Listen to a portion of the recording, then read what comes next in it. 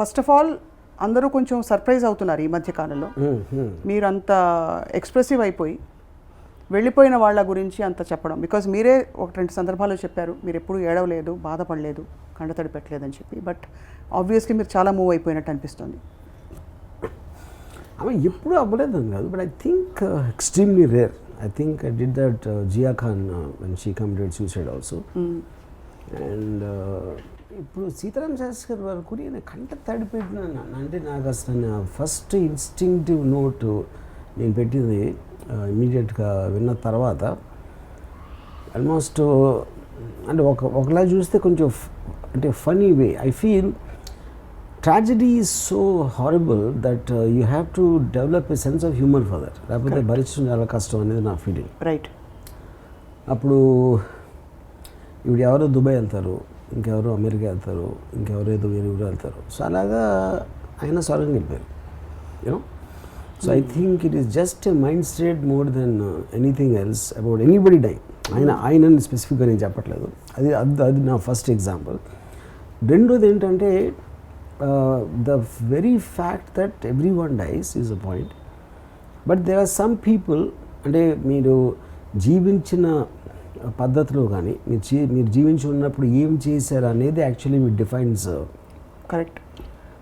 There is a line which said for A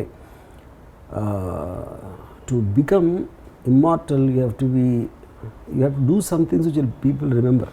right. So each person will have something. Maybe ఒక ఫ్యామిలీకే పరిమితం అవ్వచ్చు, ఒక వ్యక్తికి పరిమితం అవ్వచ్చు కొంతమంది లైఫ్. రైట్. అలాగా సీతారాం శాస్త్రి గారు లాంటి artist maybe he's touched lakhs of people or millions of people with his work. So అప్పుడు ఎటర్నల్గా మీ వర్క్ అనేది ఎప్పటికీ ఉంటుంది కాబట్టి whether you are there or not there, it doesn't make a difference for any of us. So that is what I wanted to convey. But many people have passed on. Yeah. And you haven't responded like this to many things. అంటే that depends. అంటే ఇప్పుడు for example I can't think of one example. అంటే ఇప్పుడు సీతారాం శాస్త్రి గారికి నాకు I won't say I was not very much in touch with him for the last 10-15 years. దానికి reason ఏంటంటే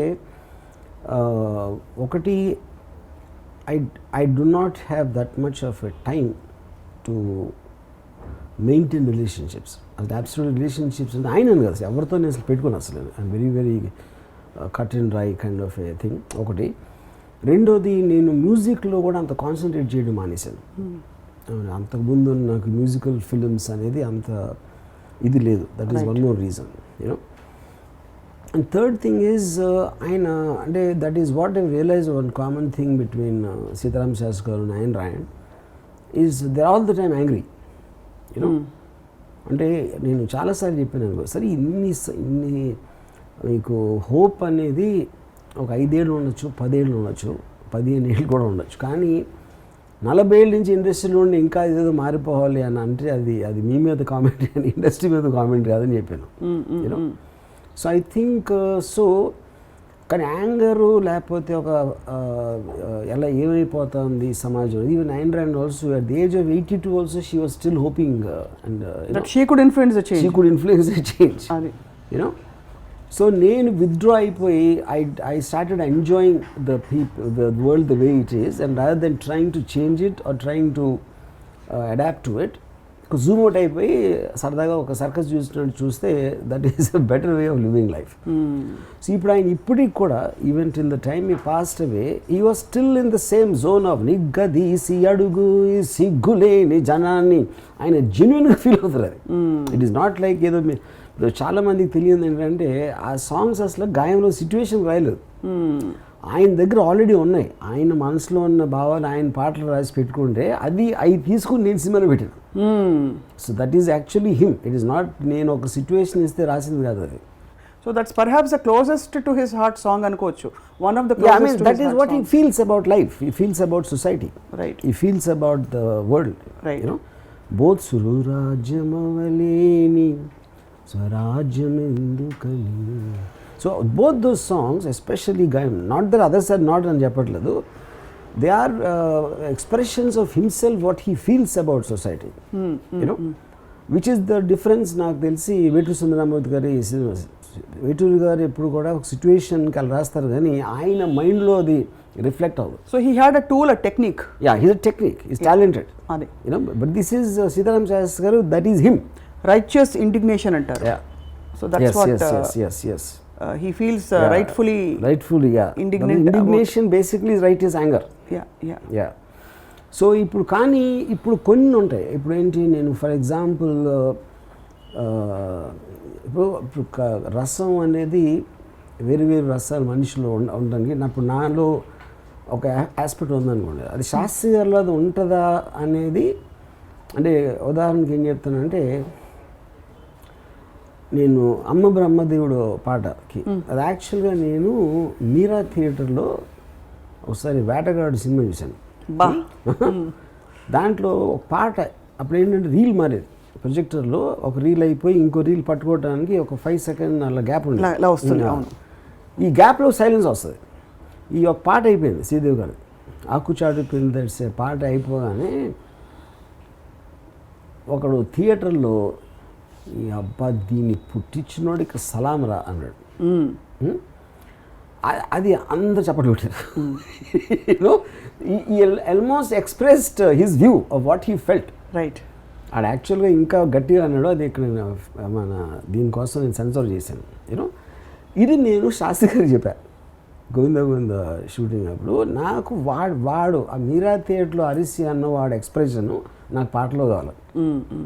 ఆయన అప్పుడు ఇంకేమవుతుంది, అమ్మ బ్రహ్మదేవుడు కొంప ముంచినావురు, పూల రెక్కలు కొన్ని తేనె చుక్కలు రంగరిస్తివో ఇలా బొమ్మ చేస్తివో, అసలు భూలోకం ఇంత సిరి చూసి ఉంటుందా.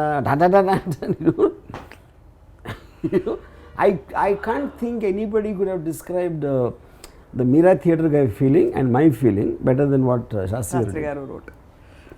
So yeah. I'm just curious to know, మీరు ఆ టైంలో did you give him a reference or ఇలా కావాలి లేకపోతే? నువ్వు ఇదొక్కటే నేను చెప్పింది. ఎగ్జాక్ట్గా మీరా థియేటర్ ఇన్సిడెంట్ తప్పిస్తే నేను చెప్పలే. అతను ఏమనుకున్నాడు ఆ ఫీలింగ్ మీరు పట్టుకోవాలని చెప్పాను అంతే. Everything else is done. అమ్మ బ్రహ్మదేవుడు కొంప ముంచినావు. It was quite a journey and I'm more also curious to understand. మొన్న మీరు శాస్త్రి గారికి ఒంట్లో బాగాలేదని చెప్పి వార్తలు వస్తున్న టైంలో కొంతమందిని అడిగి తెలుసుకున్నారు ఎలా ఉంది పరిస్థితి అని on WhatsApp. When they told you that he is critical, what was your reaction? అంటే did you prepare your mind or because నాకు చెప్పిన వాళ్ళే యాక్చువల్లీ నాకు ఫస్ట్ న్యూస్ వచ్చిందే అలా వచ్చింది. I mean extremely difficult for him to come out అన్నది. అంటే అదే నాకు ఫస్ట్ మెసేజ్ మెంటలీ ప్రిపేర్ చేసింది. అంతకుముందు of course I know that he had this lung issue, అది ఒక లంగ్ తీసారు, and about his health I know also because is pretty much last నాకు తెలిసి చాలా సంవత్సరాల నుంచి చాలా రేర్గా బయటకు వస్తారు. ఆల్ ద టైమ్ ఒక రూమ్కి పరిమితం అయిపోయి దాంట్లో ఉంటారు. సో అందుకని it is not like he was in the best of health, best of mind state. So అది నాకు ఆల్రెడీ అది నాలెడ్జ్లో ఉంది. సో నాకు ఇందాక చెప్పినట్టు ఫస్ట్ మెసేజ్లోనే they said there is no hope అన్నట్టే వచ్చింది నాకు message. And were you devastated? అంటే ఇప్పుడు డివాస్టేటెడ్ అనేది see when you're expecting and when and also I saw the man very very unhappy. Really? Yeah, was all the time very unhappy and angry person about life and the world. Yeah, life and the world and everything in general, which itself I think took a toll on his health. You know, and so I wouldn't say that, but the point is ఒకలాంటి incident జరిగినప్పుడు it draws attention to the body of the work what he has done. ఇప్పుడు నాకు ఆయనతో ఉన్న memories కానీ first time నేను Annapurna స్టూడియోస్లో first time ఆయన కలిసినప్పుడు నేను ఆయన మహర్షి పాటలు విన్నాను. మహర్షి పాటలు విని సాహసం నా పదం రాజసం నారథం సాగితే ఆపటం సాధ్యమా పౌరుషం ఆయుధం పోరులో జీవితం కైవసం కావటం కష్టమా నే మనసు పడితే ఏ కలలనైనా ఈ పిడికిలిలో తానొదుగునుగా. ఇది అసలు నాకు ఒక దాంట్లో ఒక చరణం ఉంది. It's one of the greatest things. వేడితే లేడి ఒడి చేరుతుందా వేట సాగాలి కాదా ఓడితే జాలి చూపేన కాలం కాల రాసేసి పోదా తప్పని ఒప్పని తర్కమే చెయ్యను కష్టమో నష్టమో లెక్కలే వెయ్యను ఊరుకుంటే కాలమంతా జారిపోదా ఊహ వెంట నీ మనసు పెడితే కలలనైనా ఈ పిడికిలిలో తాను దుగునుగా. ఇప్పుడు ఈ కైండ్ ఆఫ్ లైన్స్ నాకు ఎంత ఇన్స్పైరేషన్ అండి దాంట్లో ఆ టైంలో. అప్పుడు అన్నపూర్ణ స్టూడియోస్లో వేటూరు గారు ఆయన ఆస్థాన్ రైటర్. అప్పుడు నేను పట్టుబట్టి సీతారాం శాస్త్రి గారితో నేను కొన్ని పాటలు అంటే సిచ్యువేషన్ సాంగ్స్ అన్నీ ఆయనతో రాయించాలి అనే దాంతో వాళ్ళని ఒప్పించి ఫస్ట్ బాటనీ పాట సాంగ్కి నేను ఆయన్ని పిలిచాను. ఆ చెట్టు కింద కూర్చుని నేను జస్ట్ మామూలు సార్ నాకు అసలు కవిత్వం అనేది వద్దు, ఒక్కటి అందరు మామూలుగా మాట్లాడుకుని కాలేజ్ స్టూడెంట్స్ మాట్లాడుకుంటారు, అది తప్పిస్తే అసలు నాకు ఏం వద్దు అని చెప్తే విదిన్ సెకండ్స్ ఈకినది బోటనీ పాఠం ఉంది మేటనీ ఆట ఉంది దేనికో ఓటు చెప్పరా హిస్టరీ లెక్చర్ ఉంది మిస్టరీ పిక్చర్ ఉంది సోదరా ఏది బెస్ట్ రా you know. Yeah so that is he was a very deep thinker and ఒక వెరీ అబ్సెస్డ్ ఆల్సో. ఇప్పుడు ఆయన రాత్రి అంతా కూర్చుని ఏదో ఆయన ఆ టీవీల మీద డప్పు కొట్టుకుంటా ఆయన కళ్ళు ఇలాగా మూసుకుని that is what a typical artist అంటే ఒక రియలీ జెన్యున్ ఆర్టిస్ట్కి ఒక సెల్ఫ్ అబ్సెషన్ ఉంటుంది you know. So that's what he was. So అప్పుడు ఏమవుతుందని ఇందాక నేను చెప్పినట్టు when incident like his passing away happen suddenly దాని అంతా ఒక కాన్సన్ట్రేట్ చేసి ఒక ఫోకస్లోకి వస్తాం మళ్ళీ what ever journey I had with him for various films. మీరు యాక్చువల్లీ రెండు విషయాలు చాలా సర్ప్రైజింగ్. ఒకటేంటంటే మీరు హిస్టరీ జాగ్రఫీ పాఠాలు గుర్తుపెట్టుకుని ఉంటారు, మీకు మనుషుల పేర్లు గుర్తుండవు, మారిపోతూ ఉంటాయి లేదా గుర్తుండదు అసలు. బట్ ఈ సాహిత్యం మీరు వర్డ్ ఎక్కడ ఒక సిలబల్ కూడా తేడా లేకుండా గుర్తుందంటే it just shows how much you were into them into these songs, ఎంత మీరు ఇష్టపడి పాడుకున్నారని. The reason for that is because they impactful, they almost life defining kind of songs. ఎప్పుడైనా ఎఫర్ట్ చేసి నేర్చుకున్నారా ఇవి? You just picked it up. And ఇంకొక విషయం దృష్టికి వస్తున్నది ఏంటంటే దట్ బాలు గారు కూడా you shared some rapport with him as well. No I mean I met him but not really that close. ఇప్పుడు శాస్త్రి గారితో ఉండే అనుబంధం would you call it a friendship? No first of all నాకు ఫ్రెండ్షిప్ అనేది ఉండదు but not really except for the art. Except for the art and మీ ఇద్దరు art and see his I vastly differ with his thinking. ఎందుకంటే ఆయనకి ఒక morality aspect righteousness right and wrong divide నాకు ఉండదు అసలు అది, which is the reason I never agreed with his way of thinking. ఇప్పుడు ఫర్ ఎగ్జాంపుల్ నిగ్గదీసి అడుగు అని మీరు ఆడియన్స్ అంటే ప్రజల్ని ఉద్దేశించి పాట పాడినప్పుడు నా ఉద్దేశంలో ప్రజలు పాలకులు కన్నా ఎదవలు, వాళ్ళకి ఏంటి చెప్పేది అనేది నా ఫీలింగ్. యా ప్రజలకి ఆపర్చునిటీ రాలేదు, వాళ్ళకన్నా బెటర్ కాబట్టి పాలిటీషియన్కి బెటర్గా వస్తుంది. యా కానీ ఆ పాటలు ఇంకా మీకు గుర్తుండి మీరు పాడుకుంటున్నారంటే ఇట్ షోస్ దట్ ఎక్కడో మీరు కనెక్ట్ అవుతున్నారు. I like the art of just art. మీరు ఇప్పుడు సపోజ్ ఆయన ఆ పాట రాయకుండా సేమ్ థింగ్ నాకు డైలాగులు చెప్పారు అనుకోండి, I will argue with him, I don't agree with that.